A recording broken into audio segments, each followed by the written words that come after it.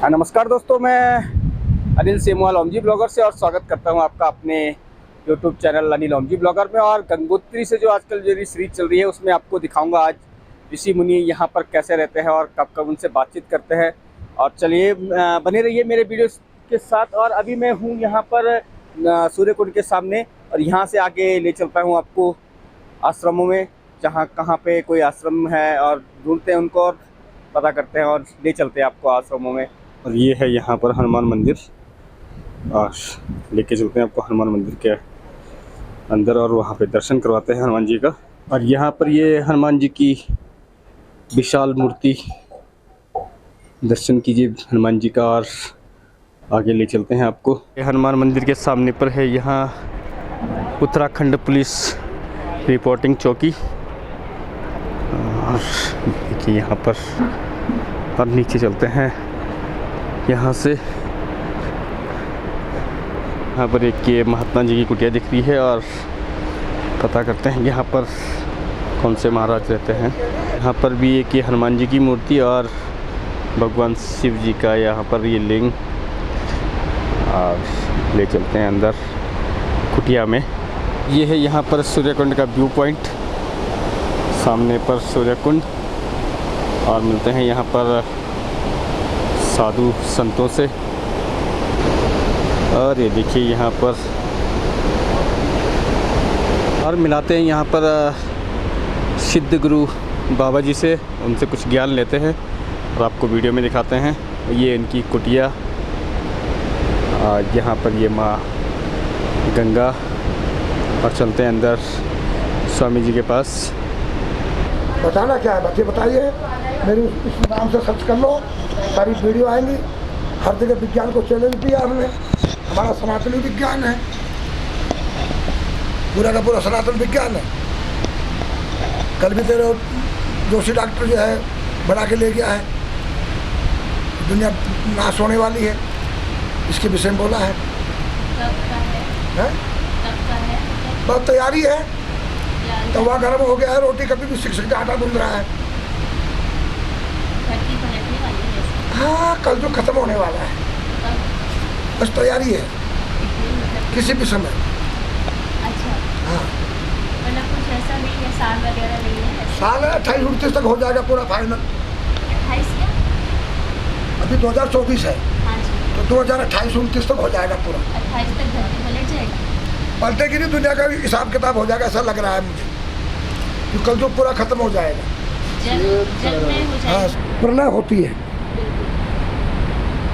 प्रलय के अंदर क्या होता है, इसके ध्रुव कक्ष बदलते हैं। उत्तर दक्षिण हो जाता है और दक्षिण उत्तर हो जाता है।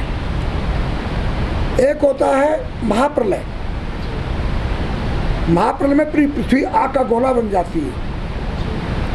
इसमें 12 सूर्यों का ताप एक साथ पड़ता है और पूरी पृथ्वी राख का ढेर के अलावा लावा बनकर के बराबर हो जाते है और कुछ नहीं बचता है इससे। एक होता है पृथ्वी एकावन जल में डूब जाती है, जिसे दुर्गा सप्तशती में कहा है कि भगवान नारायण शेष सैया बिछा के सो रहे हैं। पूरी पृथ्वी एकावन जल में डूब चुकी है। नाभि कमल में ब्रह्मा जी निकले हैं और कानों से मधु और केटक पैदा हो गए हैं। पृथ्वी रसातल में चली जाना। हरणाक्ष और हरणाकश्यप 2 भाई हुए हैं। इनमें एक भाई ने इस पृथ्वी का बैलेंस बिगाड़ा और रसातल में ले गए, सूर्य से विपरीत दिशा की ओर। और वहाँ सूर्य का प्रकाश नहीं आता है, केवल एक तारे के समान दिखाई देता है और सारा जनजीवन नष्ट भ्रष्ट हो गया। तब नारायण को 12 अवतार लेकर इस पृथ्वी माता को फिर वापस ला के अपनी जगह पे स्थापित करना। 2028 में प्रलय आ जाएगा ऐसा? अब यहाँ क्या बना दिया, 12 ज्योतिर्लिंग बन गए शिव जी के। पहला है अणुबम, जो जापान में डाला गया 2 शहरों पे, और बड़ी भारी तबाही मची और कितने निर्दोष लोग मरे। उससे कई गुना पावर वाला बना दिया परमाणु बम। क्या हो सकता थी उसकी? तो अणु बम देखा गया कितना बड़ा विनाश किया, तो परमाणु क्या हो सकता थी? फिर हाइड्रोजन बम, नाइट्रोजन बम, जैविक बम, जर्मस्त्र बम, रसायन बम, इलेक्ट्रॉन बम, न्यूट्रॉन बम, लेजर बम, इलेक्ट्रॉन बम। ये बमों का किसलिए बनाया गया? महाभारत के युद्ध को रोकने के लिए मेरे केशव ने कितना बड़ा प्रयत्न किया, यहाँ तक कह दिया है युधिष्ठिर एक युद्ध विकल्प नहीं है, तो लास्ट विकल्प है युद्ध लड़ाई। तो हमें शून्य कर दिया गया। अब ये लड़ाई लग रही है रूस और यूक्रेन में, 2.25 साल हो गया, रूस के गले गले आई पड़ी है। अब यहाँ परमाणु बम फूटेंगे। अरब और इजराइल में हो रहा है। क्या जरूरत थी हमास वालों को 7 अक्टूबर को महिला और बच्चों पर हमला करने की? किसी ने कुछ नहीं बोला, सबके मुंह पर पट्टी बंधी थी। अब क्यों बोल रहे हैं कि ये मार रहा है निर्दोषों को, महिलाओं को मार रहा है, बच्चों को मार रहा है? उधर नहीं मारे थे क्या? तो रामायण में लिखा है, रावण ने पूछा हनुमान जी से कि तूने मेरे बेटे को क्यों मारा? उसने कहा हे प्रभु, अपनी देह परम प्रिय स्वामी, ये अपना शरीर सबको प्यारा है, और जो मोह मारा तय मैं मारा, और तय पे बांधो तने तुम्हारा। तो सभी को अपना अपने प्राण प्रिय है। अगर वो युद्ध विराम करता है तो ये आतंकवादी हमास वगैरह, हिजबुल्लाह वगैरह, हुती वगैरह, ये फिर जो है हमला करेंगे। अब अगर परमाणु बम फूटते हैं तो क्या होगा? एक नहीं फूटेगा, फिर हजारों की संख्या में फूटेंगे। और परमाणु बम फूटेंगे तो उससे ऐसा धूल और धुआं का गुब्बार उठेगा जो योजन पथ को ढक देगा, और ढक देगा तो सूर्य का प्रकाश नहीं आएगा, रात और दिन एक जैसा हो जाएगा। और जब रात दिन होगा, ये पेड़ पौधे जो है भोजन बनाते हैं सूर्य से, ये भोजन नहीं बना पाएंगे, ये मर जाएंगे पेड़ पौधे। और ये बनाते हैं ऑक्सीजन। जब ऑक्सीजन नहीं मिलेगी हमको, फिर हम भी मर जाएंगे। तो पूरी पृथ्वी इस प्रकार से हो जाएगी, और सैकड़ों बरस तक, हो सकता है हजारों बरस तक, वो जो परमाणु बमों का जहर है उससे जो रेडिएशन फैलेगा, और उस रेडिएशन से जो जानवर, जीव जंतु, पशु पक्षी मरेंगे और वो सड़ेंगे, उनको कोई खा नहीं सकता है।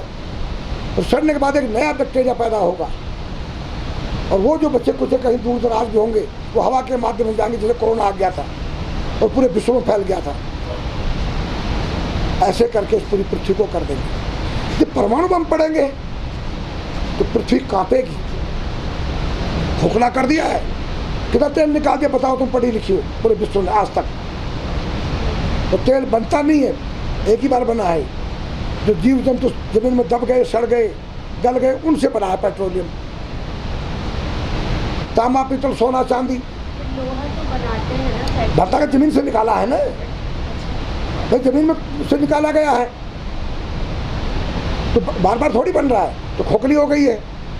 अब ये पड़ेंगे परमाणु बम तो अंदर घुसेंगे वो मिसाइलें जो अमेरिका से आएगी, ये रूस पर, रूस से जाएगी अमेरिका पे, तो कितना बड़ा आघात मारेगी। उससे क्या घुसेगी, अंदर फटेगी, अंदर खोखला है तो लावा बाहर आएगा, ऊपर का माल अंदर, अंदर का माल बाहर। मैं पहले रहता था, अब तो मैं 6 महीना रहता हूँ। बाकी 6 महीने कहाँ रहते हैं आप? उत्तराखंड में, जंगलों में।